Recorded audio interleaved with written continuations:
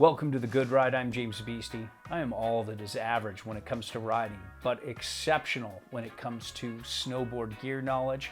And in this video, we're talking about reasonably priced all-mountain favorites. There aren't many boards under $500 these days, so these are around $500, sometimes under, sometimes a touch over, but still very recommendable.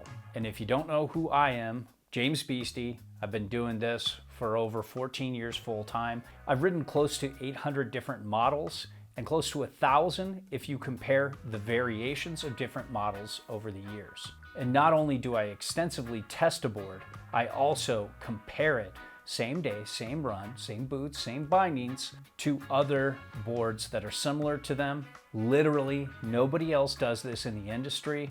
And that's why you want to check out this list. This is also not a pay-to-play favorites list. These boards are here solely by how they ride. Now, if you want to support honest, objective reviews like this, buy through our links, especially through our sponsor, Blauer Board Shop. They have a large online presence and they'll do everything they can to compete with the bigger shops out there in terms of shipping, price matching, and response. So give them a look. So what's an all-mountain board to the good ride?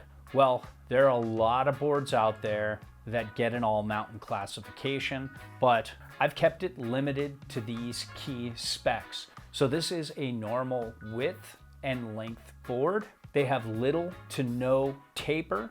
They're mildly directional to directional twin or twinish. They can ride very centered on groomers, ride switch well to really well. But when you get powder, you can set these back a lot more than you can with a mountain freestyle board that has a centered stance and doesn't allow you to really set back. They're not going to be as tapered, directional, and floaty as freeride boards, alternative freeride boards, snow surf, and other boards like that. You can weight your turns any way you'd like, front foot weighted, center weighted, or back foot weighted, and they'll respond equally well.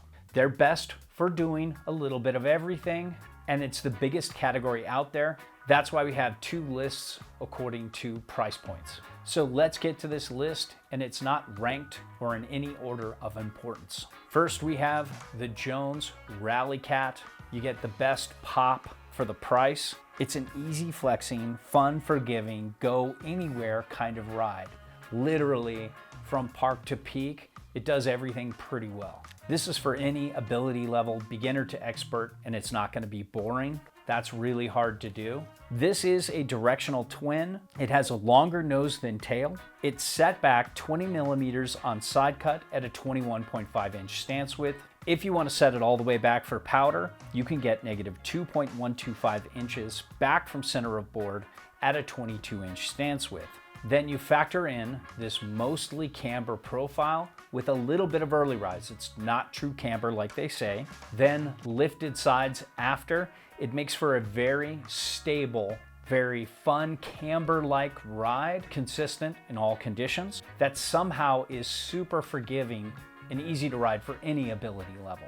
With that setback, that little bit of extra nose, and the little bit of early rise, it does pretty well in powder for what this board is. The flex is medium soft, especially in the middle. It's very easy to butter. It has a very dynamic, lively pop that's easy to ollie and has really good spring out of the turn for being such a soft flexing board.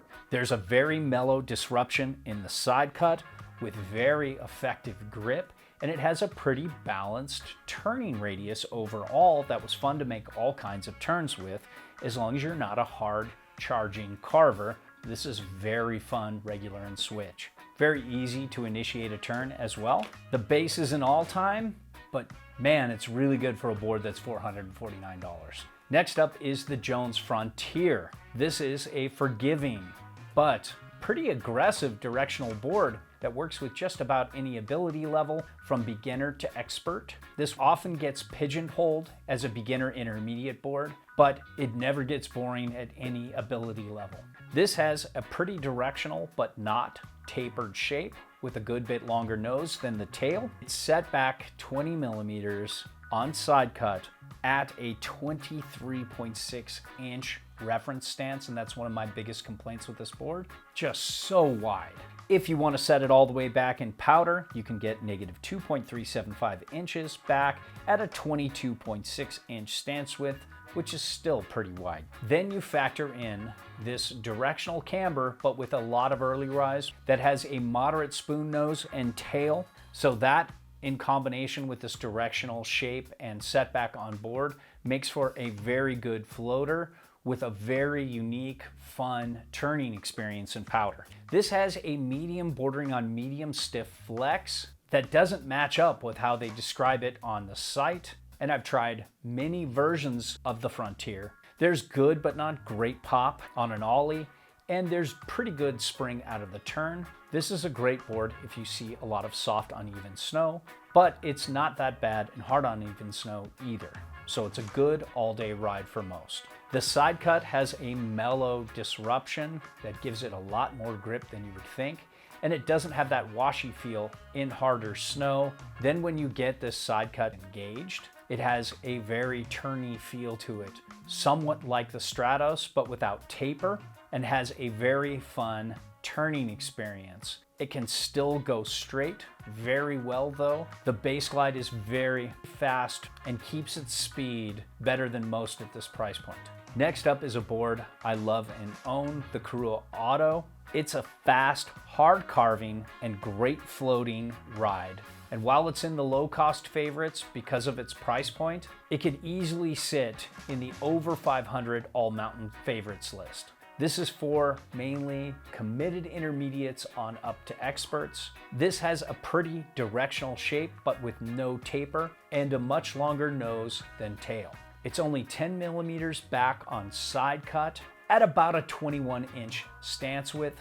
It's not marked that accurately, so it's hard to tell. But if you want to set it all the way back on board for more directional float in powder, you can get negative 3.625 inches back from center of board at a 22-inch stance. Then you factor in this directional camber with a decent amount of early rise before the long ass nose and a little bit less before the long ass tail. You have a board that is very stable, tracks like it's full camber, but is much more forgiving than full camber and makes for a very floaty board in powder. It's the floatiest on this list, and I'd say it comes close to the United Shapes Horizon in the above 500 list. This has a medium stiff flex, yet somehow it butters pretty well in the nose and tail. It takes a little extra work on an ollie, but there's a lot of pop there. Same thing out of a turn. This is also a great all-condition ride, but it does shine better in soft, uneven snow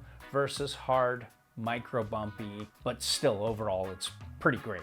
Then you factor in this balanced side cut radius without any disruption in the side cut, but it grips pretty well for what it is. And it's my favorite board to turn on this list. This 57 that I own is a little wider than most boards I would buy. I get this more for hard carving at my boot size. The base glide is really fast for this price point. So next up is the Ride Shadowban. This is at $549. There's a lot of years out there and they all ride the same. So you might find this on a deal, and that's why I'm putting it in here, because it's such a forgiving, do everything kind of ride that I still recommend a lot. This works for beginners to experts. It has a directional twin shape. It's 3/4 of an inch set back on side cut at a 22-inch reference stance. If you want to set it all the way back in powder, you can get 2.25 inches back at a 22.75 inch free the taint stance width.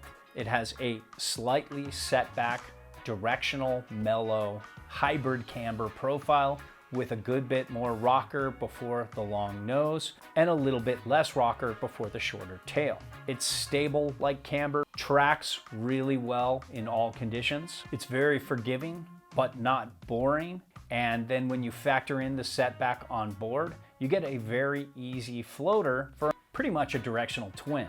It also rides switch really well. You have a pretty medium flex that feels softer on snow and easier to butter than it looks in the studio here. The pop on an ollie or spring out of the turn is medium-ish, but it's far from being boring. And this is an exceptional all-day ride for when conditions get hard or soft and uneven. It has a multi-radius side cut that helps a little bit with grip, not really ideal in ice though. Then this somewhat balanced, slightly turny side cut radius really is fun when you get it on edge to make all kinds of turns. And it's got some dampness for when you want to go more straight than turn. And the base is on the slower side on this list, but when well waxed, it's good enough, especially at this price point or if you get this at a really good deal. Last up is the Gnu Antigravity, a super poppy, easy buttering, hard snow favorite. This is more for advanced to expert riders. You have a tapered directional shape. It doesn't feel very tapered. There's a 1-inch setback on side cut at around a 22-inch stance width because they don't put a reference stance. If you want to set it all the way back in powder, it's negative 2.25 inches back from center of board at a free the taint 22.75 inch stance width. You have essentially full camber from tip to tail with a very passive bend in the middle, which makes this pretty unforgiving for its softer flex, but it tracks really well in all conditions. Gnu says it's about a 6 out of 10 flex-wise, but the 4 different boards I've tried over the years all feel a little bit more like a 5 out of 10. It's very easy to butter, especially for full camber. It's very poppy on an ollie and very springy out of a turn. There are 7 bumps throughout the side cut that do a very good job at improving grip. It's not the most aggressive magnet traction, but it's really disrupted and very competent in hard to icy snow.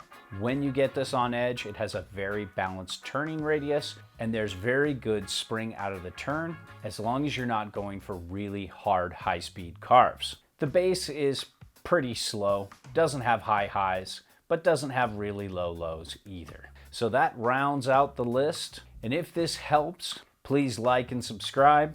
Buy through our links, especially through Blauer Board Shop, our sponsor. Join Patreon to get early access to reviews, unique content, and free in-depth advice for most tiers from yours truly. If you want advice, contact me through the paid advice form on thegoodride.com. You'll get much better advice than you will on YouTube. But if you want to ask a question on YouTube, I need at least your boot size, your weight, your height, the make, model, size, and year board you ride now. I also need to know how it works for you. Same goes if you want to share your take. Otherwise, it's irrelevant. So I hope this helps. Thanks for watching, and thanks for all your support over the years.